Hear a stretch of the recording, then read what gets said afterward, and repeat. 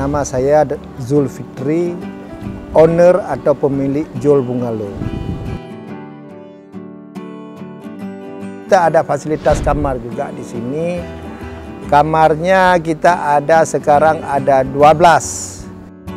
Juga ada restoran. Kita punya fasilitas di sini, ada pantai yang cukup bagus. Pengalaman saya 10 tahun di Italia, kemudian saya kembali lagi ke sini karena ada satu potensi yang sangat luar biasa di sini, adalah alamnya yang tidak ada di tempat lain.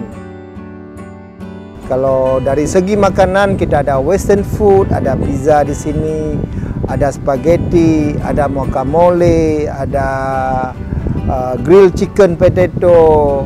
Yang favorit di sini pizza, karena pizza kita adalah pizza tradisional yang dibakar dengan tungku kayu, bukan dengan gas. Jadi saya dulu belajar pizza ini memang benar-benar dari Italia, bukan belajar di buku. Tamu-tamu yang umumnya yang datang ke sini selain dari kalau politikus sudah hampir DPR RI, semua DPR RI sudah pernah berkunjung. Kemudian Pak Menteri, Pak Sandiaga Uno, duta besar juga dari India kemarin, kemudian duta besar dari Ceko.